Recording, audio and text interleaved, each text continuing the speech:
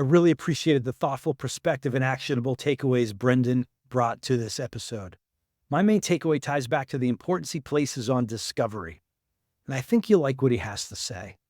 Great things happen when the discovery process is thorough. The prospect feels heard, you build a relationship that's based on trust, sales cycles are shorter, which everybody likes, and lastly, those prospects turn into happy clients because you help them solve their problem. Brendan provided two visuals to help reinforce his point. The first was he compared the sales cycle to a car wash, with discovery being that all-important rinse portion. If you don't get that part right, you end up unhappy with the dirty car, not good. The second analogy was the before and after picture. He drew an analogy to working with a personal trainer where they take a before and after photo. Now, many think that could be scary, right? But Brendan's point was that's only scary if the before and after photo are exactly the same. However, that's not going to happen if you did the proper discovery and you and your prospect clearly understand the current versus the desired situation. And then all that's needed from there is to demonstrate to your prospect how your solution can fill the gap and get them to where they ultimately want to be. That's a nice looking after photo, which creates happy clients. Please take a listen to the entire podcast and comment on what you think about the importance of discovery and the impact of rushing that part of the sales process. Welcome to Coach2Scale, how modern leaders build coaching cultures. I'm your host, Matt Bonelli. Join me as we build a community of like-minded professionals who share the belief that effective coaching improves the performance of every team member. Our mission is to help leaders become better coaches. The Coach2Scale podcast is sponsored by Coachum, the world's first AI coaching execution platform that leverages evidence-based coaching to increase quota attainment. And with that, let's get started.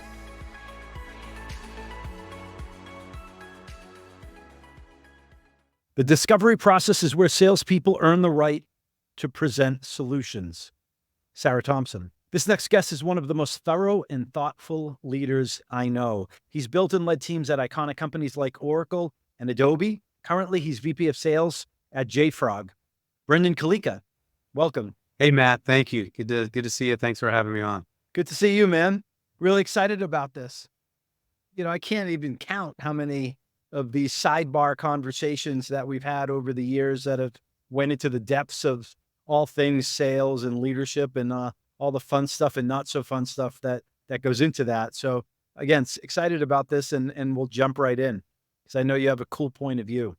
Well, thank you. I appreciate the opportunity. I look forward to having some fun today. Yeah. Let's do it. So a lot of myths out there. Let's bust one. What's a myth in the business of coaching and leading salespeople that you think's a bunch of BS? Well, coming out of the top. So a couple of things, man. A myth. I think that there's one that I have in the back of my mind is that the harder you work, the luckier you get. I think there's some truth to that. So I'm not suggesting to omit it. However, the more effort you put in typically yields, key differentiator results. However, on top of that, like if I'm spending 15 hours a day, the real question I'm asking myself is, what am I spending my time on? And for me, it's more around the planning of this than it is how hard or how many hours I can put in. Because with proper planning, it actually drives better outputs or results or relationships. And I think that's what I see as a big myth is that you have to work really, really hard all the time. I think you have to plan just as much to be continuously a top performer. And so for me, I guess that's my first thing that comes to my mind. So the harder you work, the luckier you get. We've all heard the cliche. And the thing about myths is there's always some truth to it. Meaning, if you do work hard, you're going to create your opportunities. And kind of what I hear you saying is over the years, sales has gotten a lot more difficult. There's a lot more competition. And at some point, hard work, it reaches the law of diminishing returns. Like you're not getting the ROI. So you gotta be creative. You have to be effective. It's not just about banging your head against the wall harder and harder or trying to run faster and jump higher. Would that be fair? It is super fair. And I also think, to your point, like there are a lot of new tools that help you do more with less time. But I also think about my own journey. When I first started this profession, I was a single guy. Now I'm a father and a husband, but somehow I still miraculously able to accomplish the same amount. And the reason is that I plan for it differently. I have different segments of my calendar set up so that I can be just as productive in the similar or lesser amount of time that I previously required. So I'm in agreement with you. So, what's one of those core beliefs you have about selling that you believe salespeople would benefit from, let's say, grasping a little bit more firmly?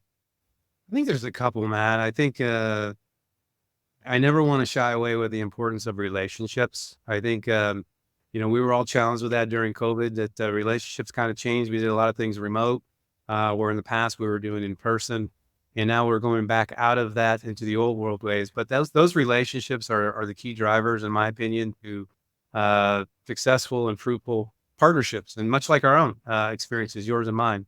I think the other area that I think about is being genuinely curious. And when I think about genuinely curious, it may fall in line if you think about it on the sales process, the discovery part of it. But when you have the genuine understanding to try to learn about what challenges that customer has or the individual has, you actually become much more important and much more impactful to the overall, you know, uh, outputs of what happens. And how do you coach someone to be genuinely curious? Well, I think part of our job on the sales side, as I look at it, is you ask open-ended questions and hear them out, and then you're an active listener, um, where you're going through this process together, and it's okay to ask questions, and it's also okay to say no. But I also think visually. And there's a peer of mine who used an analogy that it's kind of like going through the car wash. And if we've all gone through the car wash, right? You go through and you pull your car up, and each phase has its own process. Your car gets rinsed, and then the soap comes down, it gets scrubbed down, and then you go through the dryer and you go through that whole process. And the discovery is the rinse phase. It's the first part and probably the most important part of that car wash. And you can't miss it. If you skip the rinse phase, then your output or your car will not be clean or will be scratched, or you'll have to go through the car wash all over again. So for me, I like to use the visual side of it. I learned this through some of my peers that when you think about that importance of going step by step, you actually get more out of it, and you don't have to repeat it, and you don't get surprised. And so for me, it's kind of telling a little bit of the story and having the right conversations with the customers to learn as much as you can. Love the visual, love the analogy, the car wash. Um, Sometimes though, I feel like I've been in sales cycles where the car gets stuck in the car wash, the antenna breaks, soap stains, you can't get them off. You really get beat up, but generally speaking, I think that's a real super cool way to think about it. And you can't miss a step. You can't put it out of You order. can, and you learn a lot, right? Like, going into a typical sales cycle, I think, one of the questions that I would actually commonly ask is like, I'm just curious, like, how many complaints have you gotten around your current process? And it helps hone in on the key criteria that should be the pain that you can really better understand and learn. And by the way, you may not always be able to address it, but the more that you understand, the more that becomes a fruitful dialogue. And there's an element of trust and rapport that gets built as an outcome of that. So, yeah, you can get beat up in the car wash. I've lost an antenna or two myself. However, we know that more times than not, uh, it works, and it works very, very well. And you can't skip any steps. Well, you've always driven those fancy cars. You can't drive those through regular car washes, can you? Matt, my cars are not fancy. It gets me from point A to point B. And there was a time in my life where I would hand wash. I'm past that phase, so I'm Those are the now going single to, days, the single days. yeah, yes, Um, for sure. so question for you. Now, this was just based on a conversation I had actually early this morning. Uh, it's about how we as sales professionals sometimes look at the sales process, especially folks just coming into the business, where you look at the sales process in CRM and it says, initial call and then discovery, demo, whatever the process is for the specific company. And it can be perceived as a very linear process, meaning there's one discovery call. And then if that moves forward, it moves to, let's say, a demo. But life isn't always that way, right? Is it fair to say like that can be multiple different discovery calls with multiple different key stakeholders along the way before you move to that next step in your sales process? Absolutely. The discovery is a continuation throughout the entire journey, in my opinion. And you will learn more and more, and you will get involved into different stakeholders along that journey, Matt. And each one of them has a slightly different point of view of what the prioritization should or shouldn't be. So it is not a once done and then you move on and you go to the next phase of the sales cycle. It's a continuation. And really that's what it's supposed to be. It's a journey together to help solve for the greater good of what you're trying to solve for, and identify. And the more that you learn across the different stakeholders, the better off everyone will be. So it is not a one and done. It's absolutely part of that journey. Why does it get overlooked? Yeah, I don't. I think it's a rush. I think it. Oftentimes we sometimes make assumptions, Matt. The good ones have learned through trial and error that when you hear something you don't want to assume, you actually have to double down and better understand and go back to being genuinely curious. How long has this been an issue? How have you tried to change that before? What happened? And instead, they want to potentially jump to the finish line, which comes back to bite them. Or in some cases, it doesn't yield the the total opportunity that could have been possible if you would have just asked a few extra questions, right, to unlock a whole nother avenue that may not have been coined in the beginning. So I don't know. I don't have a good answer on how it and why it's overlooked, but I can share with you that that also comes with time in the chair. We all have some gray hairs and some fun stories of our own where we messed up, but we need to learn from those and not fall into that same trap and repeat them. So you got to be open and honest with yourself and continue to ask more questions than actually have answers for. Well, you certainly have had good time in the chair, but I don't see any of that gray hair that you're talking about. Like this. So what I hear you say, what I hear you saying there is that if discovery isn't complete, you could be leaving money on the table. Without a doubt. And again, from a sales professional standpoint, the more that you can unlock the overall situation, even if it doesn't involve your product, the better you are, because you're going to be able to look at it holistically. And over time, it may be broken up into different phases as well. So you may do a phase 1, phase 2, phase 3, and that's okay. But we sometimes can fall into the trap of, well, I just want to get this over the finish line right away, and then I'll come back to it. And instead, opening up and looking at the bigger scope and the root causes of all these things, because when we're able to do that, you become more of a trusted advisor, and you can provide more feedback and learnings that I think will be mutually beneficial. So Brendan, I started off with a quote that was about discovery because I know that's something that's near and dear to your heart. That's super important. And that quote again was, "The discovery process is where salespeople earn the right to present solutions." And you're super client focused. So oftentimes we make it more about us. And that jump to the finish line, one of those finish lines along the way might be jumping to the demo. And a lot of your CRO and VP sales counterparts tell me they still continuously struggle with that, where the sales team's jumping to that finish line, jumping to that demo too soon. How do we shortchange the client when, as salespeople, we jump to the demo too soon? Yeah, I think it stems into a couple of things, Matt.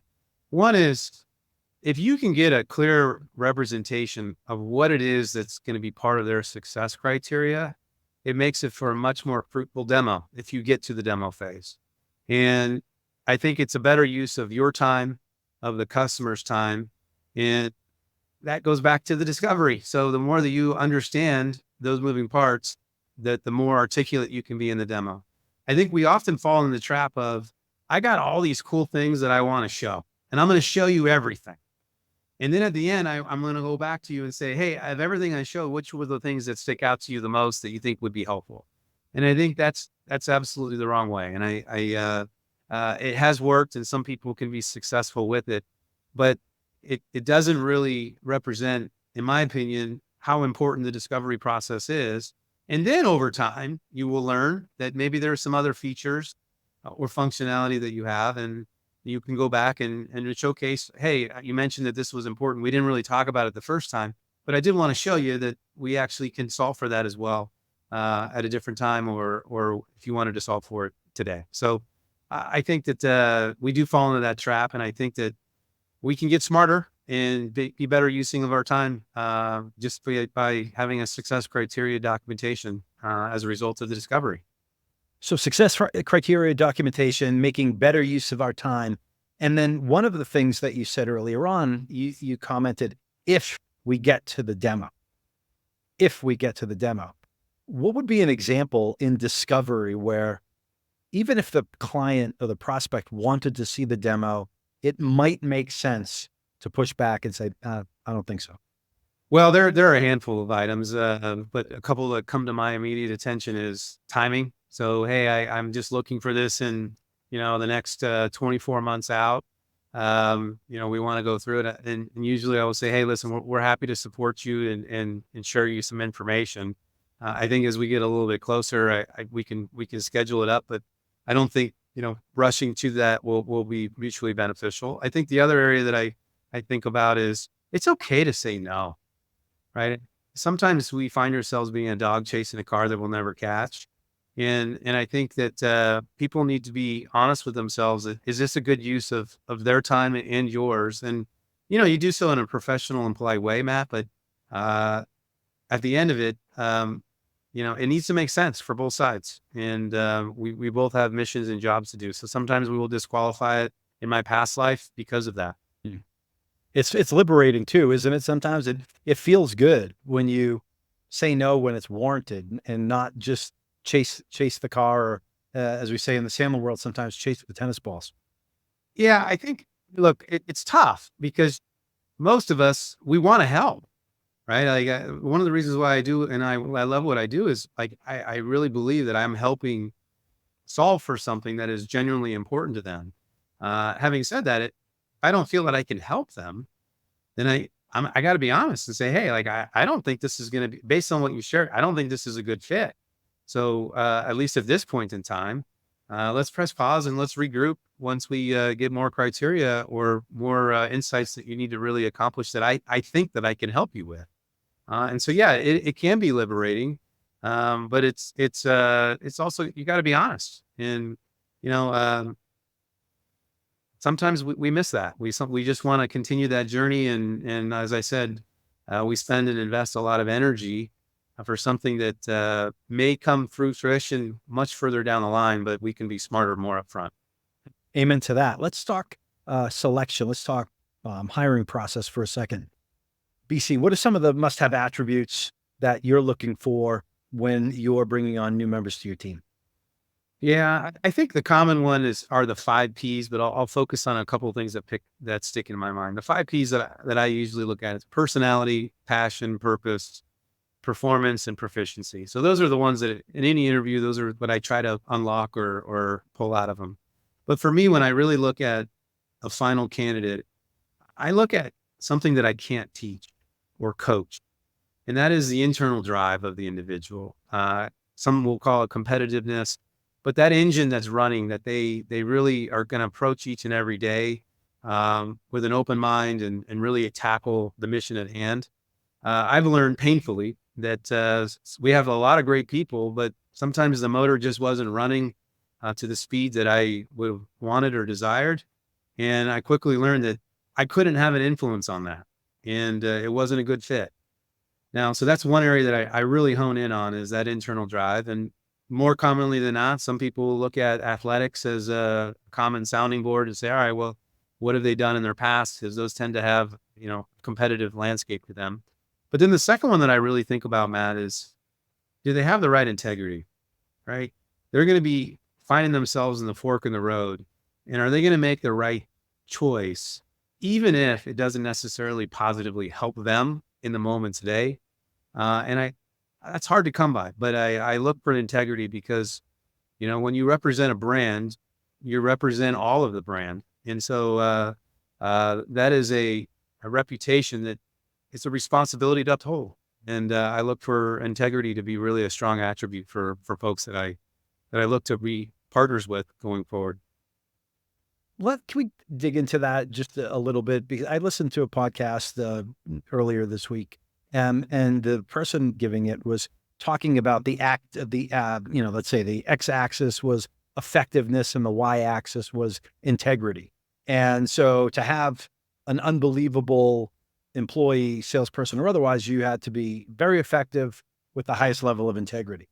And, a lot of times people would say, yeah, no kidding. Like integrity, of course. Like we almost take it as a given. And so, but what is an example of where someone might violate in the integrity? That's not, they're stealing like stuff. They're not like doing the worst things in the world, but something maybe perceived as a little bit more smaller that you'd say, "Hmm, that's not Yeah, someone I with think integrity." I think there's gray areas that sometimes get thrown out there. Sometimes it's regarding potentially if somebody's coin operated, they may push something that may not be required by a customer. And I think that that's a level of integrity that I have an issue with. I think that I want to be in the business where I promote things that have a value and have a genuine use for them, not because I can push them because they trust me and I ultimately break their trust. And that's an example for me that I really, really strongly move away from on any character or individual that violates that. It's a non-starter. Yeah. Well said. Well said. Let's talk of you've worked with a lot of successful people. What is something? It's an example of something a salesperson's done to impress you lately. Well, the good news for me is I get impressed pretty regularly, not just in my current company, but in my past companies as well. I'm a back to the basics guy. And so what I mean by that is I don't need to be wowed because they created some crazy, new way to approach, getting in touch with a higher executive or, a value proposition. I get impressed by when we talk about the basics of requirements of going through each step and then actually seeing that it's being taken upon and put into practice. And I'll give you an example. This week, I had one of my reps share with me that they completed a mutual activity plan or a joint execution plan. You can coin it however you phrase, but it's a blueprint between yourself and the customer. Here are the remaining steps that we are both accountable for. Here are the dates that we're going to be shooting to back into. Those are little steps that I get really excited about, that I'm proud to see that these things are going into motion, that I actually think that it creates a better experience for our customers as well. And that also helps with, creating trust and credibility, which is really what our profession is derived upon. Those are the little things that I love, and I'm fortunate that they happen pretty regularly with my sellers today. And so that the back to the basics, like just you don't have to reinvent the wheel. The mutual activity plan or the joint execution plan, whatever you want to call it. I speak to a lot of leaders who still struggle to implement that part of the process in their organizations. What's your take on that? What is required for the client or the prospect to agree to acknowledge and be part of that joint execution plan? Honesty. Hey, that's what it comes down to me. Hey, I want to make sure that we're not missing any steps. I want to make sure that we're aligned and we're working towards the common goal. And if we're not, that's okay too. But as part of that, here are the remaining steps that I understand based on our discussions that we need to tackle together in order to get to the promised land, which I think that we're both aligned for. And I think when you just are open and honest and have a good relationship that you built, it becomes more natural. And it's a lot easier than what people make it out to. And I think when you have a conversation around it, more times than not, people are going to add in and say, well, actually, I have to do this, or I have to go through this approval there, or I have to pull in, my legal at this point in time. And it becomes much more of a joint task than it is a push. And that's what it's intended to be, which is a mutual partnership. Because this is the easy part. Once the opportunity gets completed, then we got to implement this thing. So if we can't come to terms on the blueprint of what we're going to do to get to this point, then gosh, I have some questions around how we're going to make sure that the implementation goes well, or that the adoption goes well, or that, all those other extra attributes that get tagged on after the fact. So for me, man, I'm open and honest. Yes, you are. I've heard a lot lately. Salespeople say something like, "Oh, I'm in the SMB or I'm in the mid market. I don't need to do mutual activity plans or joint execution plans. I'm not an enterprise." You're someone who has in the past and currently run teams, lead teams that are in both. What's your take on that? Well, I do subscribe a little bit to the comment where, it takes a lot of effort and a lot of coordination. However, if you're not able to get a true mutual or joint execution plan, then it defaults back down to you need to have a very solid recap. Hey, based upon what we discussed, here are all the remaining open items that I've captured. Please let me know if I missed anything. And that's it. It's a strong recap email, and then you're looking for a yes or no. Now it's not the exact same as I shared earlier, but it's a bridge. And when you have a high volume, typically in the SMB space, this is a good approach to kind of streamline, but also give some reassurances and alignment. So that's what I've used in the past that's worked, and we continue to work. And by the way, Matt, like there's a lot of tools out there, that recording tools, etc., that also help you shape that. So it's, in the old days, we used to have to write copious notes and actually, remember all of those things. And some of these new tools, like they capture a lot of those comments so that you're able to, document that pretty quickly. And it's not a huge investment of your time.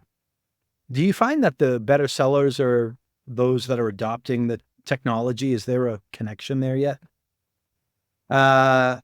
I would say yes. There is a correlation for those that are actively using these tools. Maybe not every little feature function, but there are certain, nuggets that they get out of them to give them reassurances or to make sure that certain things were addressed, as well as some coaching. Like some of these other tools, not to go on a tangent, but some of these tools kind of look at your talk time. Like, how much talking are you doing in the conversation versus, the person on the other end. And if you know anything about what we were talking about on the discovery process, really, you should be asking the question and then listening and learning. So the 80% of that conversation should be more on the end user, not on necessarily you. So those are little, I would say visuals that you can get as some of these tools that are not complex, but also good reassurances that, I'm following suit on the right methodology, if you will, to get the most out of the invested time. Ah, warms my heart. What's a belief you have that other people may take a shot at that may other people may think it's controversial? Well, we touched a little bit on it. I'll be very direct. I think that compensation drives behavior. I think that there's an influence there, but I don't think it's an end all be all statement. I think that the most professional sellers that I've been a part of, they do right by the customer and by your company versus putting money in their bank. I think that compensation drives behavior helps bring to light certain areas that you want to have extra attention towards, but your reputation, your brand, and the success of the customer, far more important. Not only just in the short term, but in the long term of that partnership, than maybe getting an extra couple bucks in your pocket. So that's my sentiment. So when that salesperson, that person interviewing with you says, the most important thing to me is money, money, money, money. You're like, no, not really. It's okay. I understand that's a driver, but let's talk more about that. Help me understand, how do you sell more? And then I get into the mindset of that individual. And to be honest, some of them weren't a fit for at least how I wanted to run certain organizations or products that I represented. And that's okay too, because there are plenty of folks that can do very, very well in a more of a coin operated environment. But I tend to have more of a long-term approach. Any of these, I would call journeys that you embark on, they're intended to be long in nature. At least that's my mindset. It's a marathon, not a sprint. And I think that if the marathon is run appropriately, the money's going to come over time because you're actually providing real value. And that real value will drive more interest to add on more or to expand the partnership more. And that's what I've learned. And it's tough for maybe some of the folks that are starting out in the profession. They just, they want to get as much as in their pocket as possible. But in the end, they may not have very strong relationships and it begins to fall apart. Mm. Well, that is tough. Let's talk about some of the tough stuff now.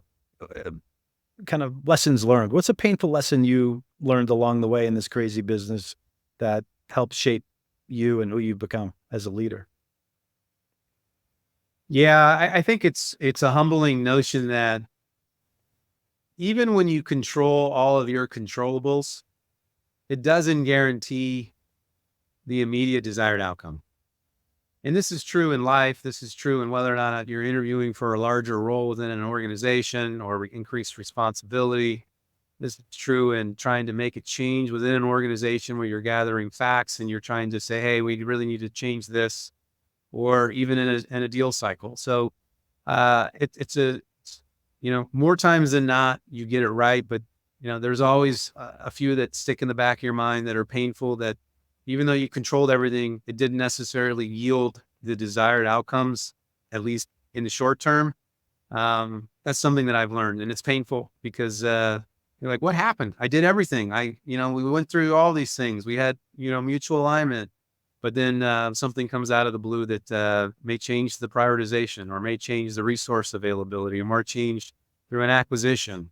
And those things will happen. So that's a lesson that is painful even to this day.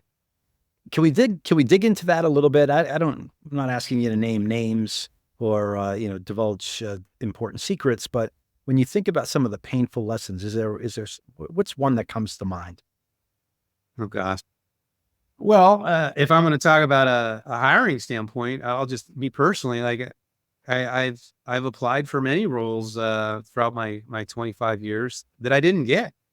And that's okay, but I felt like I had the right ingredients, but for one reason or another, there was either a stronger candidate or somebody who had more relevancy to the situation. And that's something that happens to me personally. Now, I also look back and those were lessons learned. I actually became better a professional as a result of that, or I fine-tuned or changed a little of my traits to put myself in a better position the next time. Or in some cases, I got a bigger role than what I originally was applying for. So it doesn't always end bad, but those are some of my personal experiences. And I'll just use, my own internal career progression that, I've been stung by. But ultimately, I think I turned out just fine. You certainly did, and thanks for sharing that. So you subscribe to the notion that you either win or that it's a lesson learned. No, it's not. You're not losing. I do. There's never a complete loss. There's always something that should be applied or changed. And the idea there is that you don't fall into the same trap. If you do more than once, then shame on you. So I think that there is an absolute lesson, and more than anything else, I've learned more when I've come up short, or I didn't get what I thought I was going to get. Then when I won some, or I earned, I got a customer to do something. I learned more when we came up short. That's the reality of my experience. I think a lot of the most successful people out there would agree with you on that. Um, you have a great perspective in the sense that you've worked for really large companies like Adobe, like Oracle, and you're now working with a really fast growing company at JFrog. What are the similarities and what are the differences? What do people need to know that may only have one part of that? Yeah, no, it's a good call out. I've been privileged to be on both sides of that spectrum. I think of some of the larger entities. I think there's a lot more resources that are available to you, and as a result of that, there's a lot more coordination and collaboration of understanding who's who. And I think that's probably um, the biggest learning for somebody going into a big organization is that you understand, how do I get stuff done? An approval process may be 15 steps at a larger organization. And at a smaller organization, it's much more nimble. The other area that I observed is, big companies take longer to make big decisions. Think of it back to the visual, like think of a cruise ship trying to turn around in port. It just takes longer for that to actually come back. Even though everyone knows that we need to make a shift in, our product or our pitch or this or that, it takes longer for that to turn around. In smaller entities, you're a little bit more nimble, not a little, you're a lot more nimble. Like you can turn that boat around a lot faster. And that's what makes it fun and exciting. The other area that I've experienced is access to C-suite. So in the smaller entities, our C-suite is much more commonly visible on a day-to-day operations. They are leading, all hands meetings directly from the top. As I've been part of larger organizations, it happens, but it's rare. It's usually at a sales kickoff once a year, or at an earnings call that you're maybe part of internally on a recap. But there are some big differences there. And I also think that, the culture is different. In a smaller entity, I think I've experienced that the culture really is felt from the top down because they're visible, they're around, they subscribe and invest into what they're trying to mutually create. And it creates a little bit more of a fun environment. Larger entities that I've been a part of, the culture is really the core team that you're part of. It's not holistically, the brand that you're a part of. So you don't necessarily hear from the CEO or the CFO about culture. It's more around the business. So there are some intrinsic differences. And then the final one that I'll say, Matt, is in smaller entities, you typically carry more hats, right? Where, on the sales side, just as an example, like I may have an inside rep, I may have on a larger entity, I may have an inside rep, I may have a renewal rep, I may have 3 or 4 different solution engineers or architects. In a smaller entity, that team is cut in half. So you're doing a lot more things, which for the right person is a lot of fun. Yeah. Is without question. So hopefully those are, for the right person. yeah, for the right person. I think those are some takeaways that I think about. Excellent. Let's talk about you for a little bit here. What drives you personally? It's changed over the years. I think the first thing that I think about is when I first started, I was all about recognition. It was about, being able to be earned and part of the team, which then led into, money. If I'm very honest with myself in my younger years. And then I got to a point where I didn't really care as much around those things as I do now. I care about the most is the before and after picture. And what I mean by the before and after picture, like you ever go to a personal trainer and they take a picture of you before you start the journey with them. And then you invest in that journey and you make sacrifices and you show up to the gym and you do all these things, you follow the right plan. And then at the end of the journey, they take a picture of you.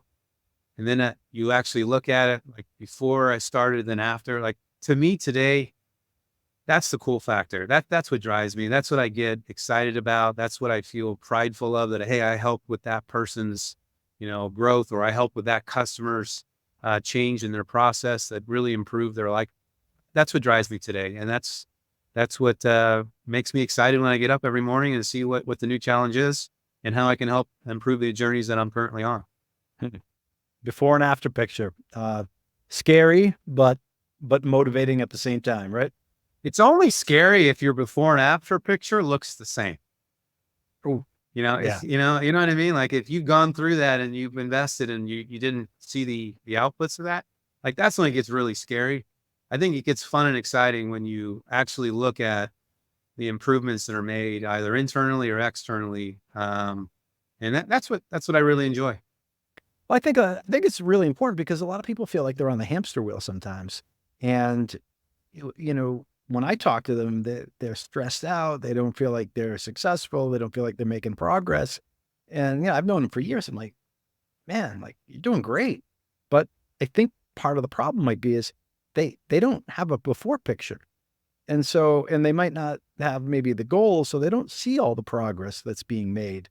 The quote, and I might screw it up, it's um, a goal without a plan to achieve it is a dream. A plan without a goal uh, is a nightmare. Meaning you're just working, like for what? Like what are you doing this for? I have this plan, I do this every day, but for what? So Yeah. yeah, really, really, really good, great point there, before and after picture. So you've been at JFrog a little over 4 years now. I I love it. Great, great reputation in the marketplace, JFrog. For the audience, what does JFrog do? Number one, and then number two, what do you love about what's kept you there for the 4+ years?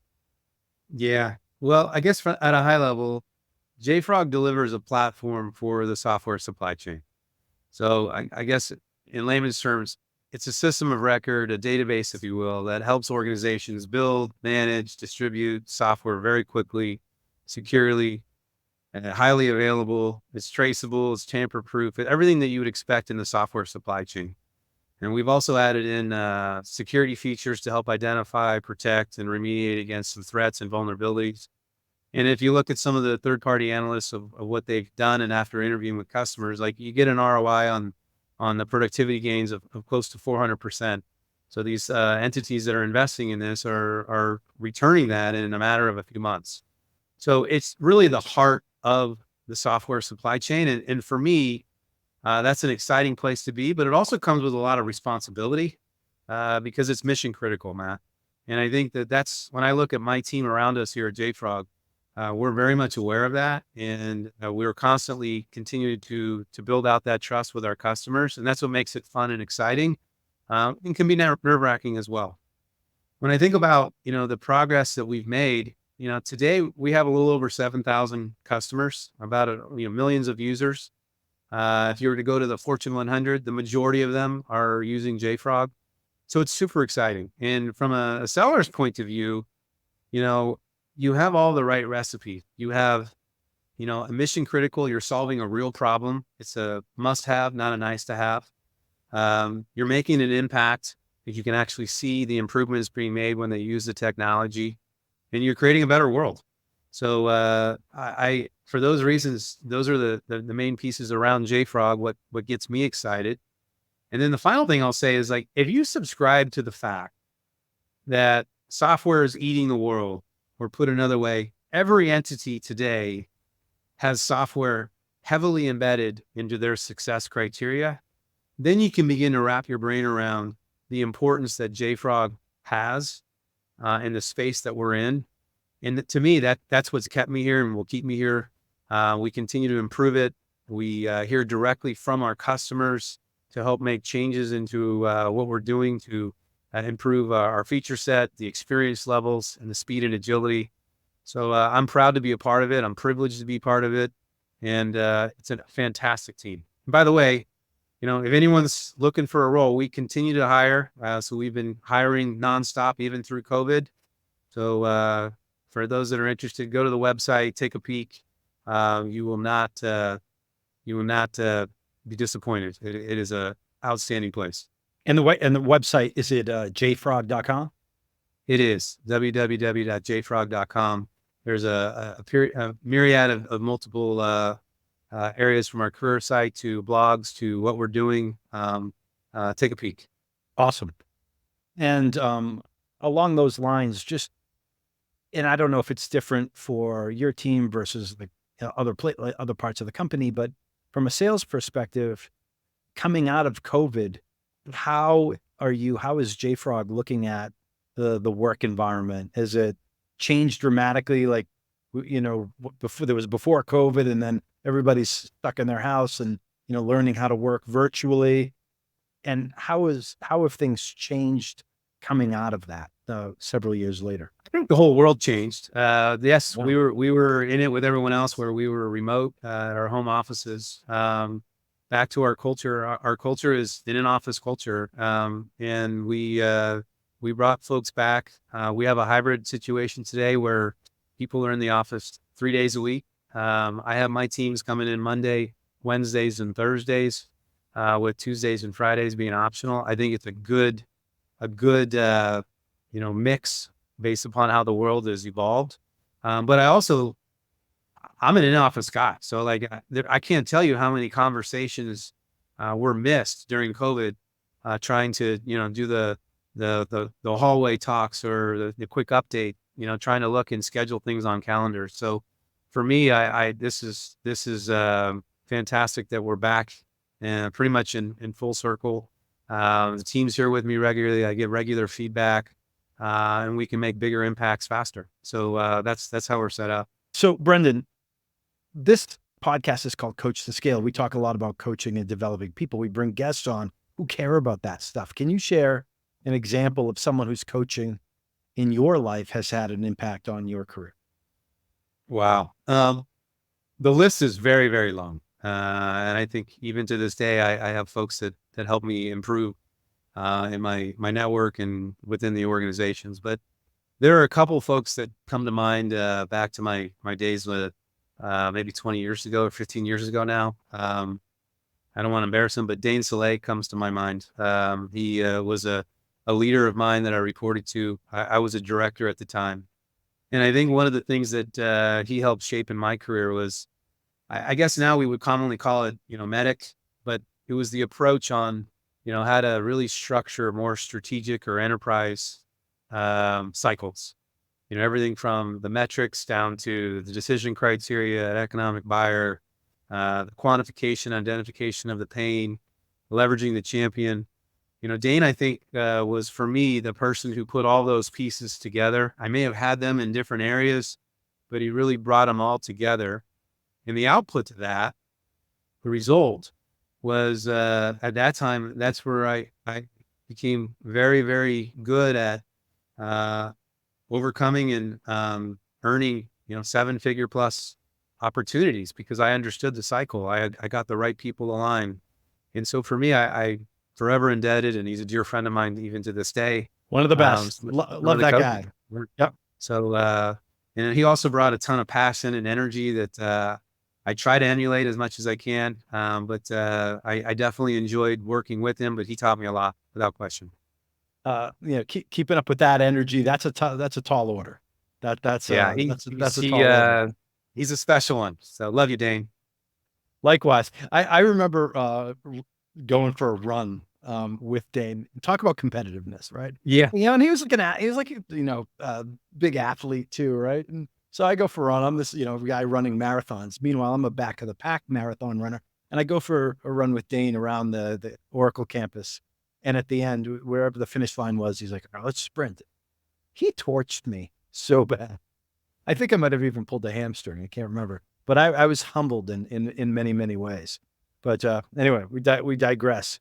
So, were you going to mention someone else? I didn't know if I cut you off there. Well, I'll be honest, man. You were influential in my growth as well. So I don't want to misrepresent that at all.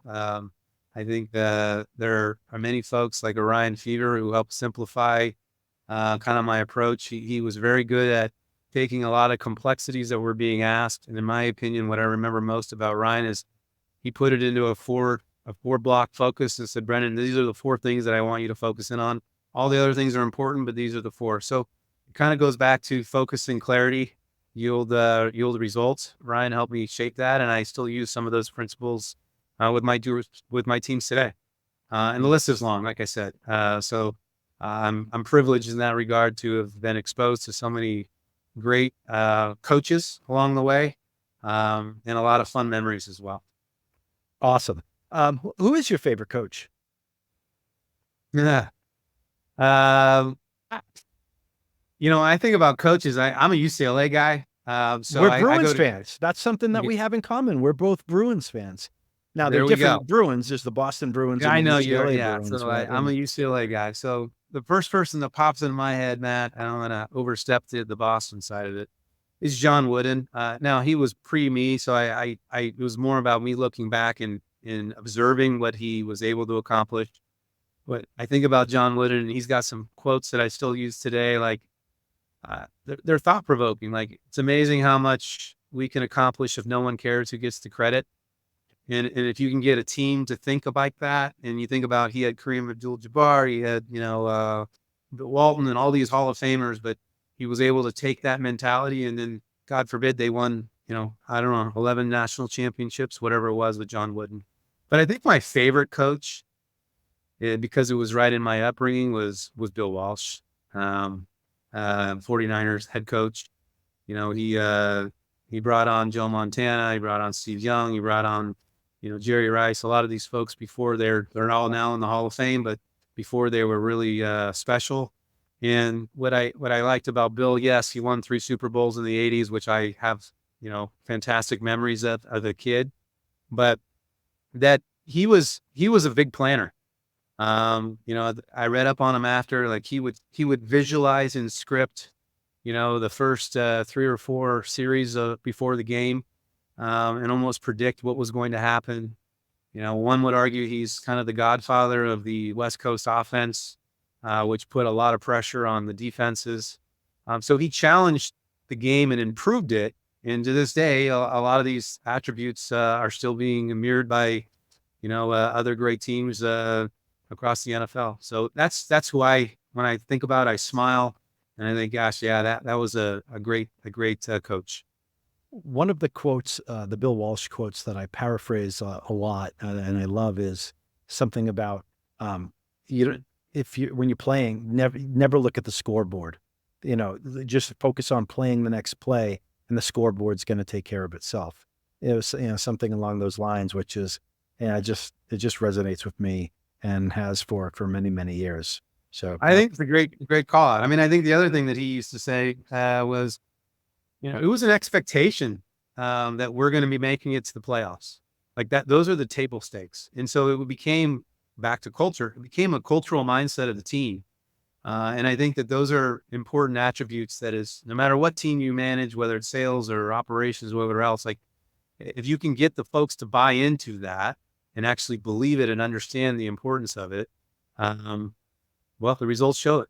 Just like the scoreboard will take care of itself. And in his era, they definitely did. Yeah. So last real question here is, if you could spend your valuable time consuming information on a topic in this world of leadership and coaching salespeople, you could read a book, listen to a podcast, just consume tweets, whatever it is that you do, what's that topic that you're really hungry for these days? I think that the one that's on everyone's mind is AI. So I think about leveraging the use of AI for sales, for, predicting customer needs, desires, for insights. It's still heavily developing and quickly at that. Some folks are really in tune with, ChatGPT and all these other mechanisms. That's an area that personally I need to continue to polish and spend some extra time to investigate, to see how that can be better intertwined into the day-to-day motions, to get more for my team. So that's one area that comes to mind. I think the other one that comes to my mind is, constantly redefining the ideal customer profile. Business constantly changes, Matt. And quite frankly, even products that you may represent change. And you add new different feature sets, or you add, some security lines. And so as a result of that, like, how do we continually keep in front of the customer profile and the personas that we're working with, and how what we're representing really will improve the buying personas change. And then I think the third one that I try to really be mindful of today, but I always kind of yearning for more, is the delivering value in the eyes of a consumer. We oftentimes think that we do, but do we? So I always really double click into that. Um, I've been exposed to some value consultants that we align ourselves with to help quantify.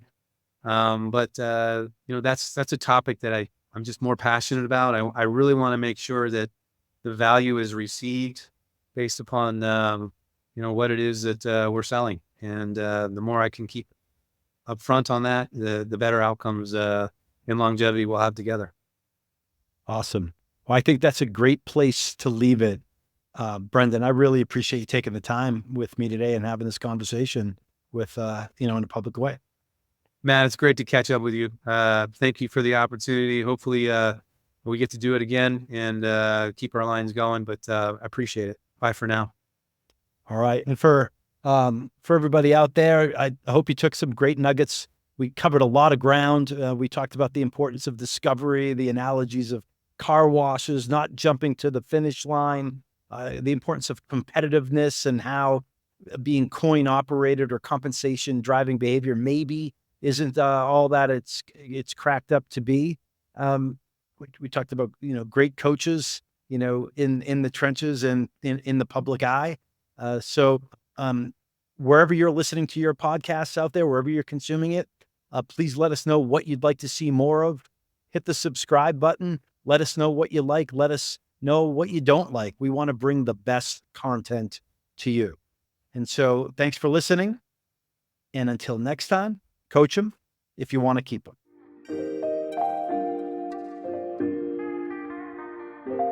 We hope you've enjoyed this episode of Coach2Scale, How Modern Leaders Build Coaching Cultures.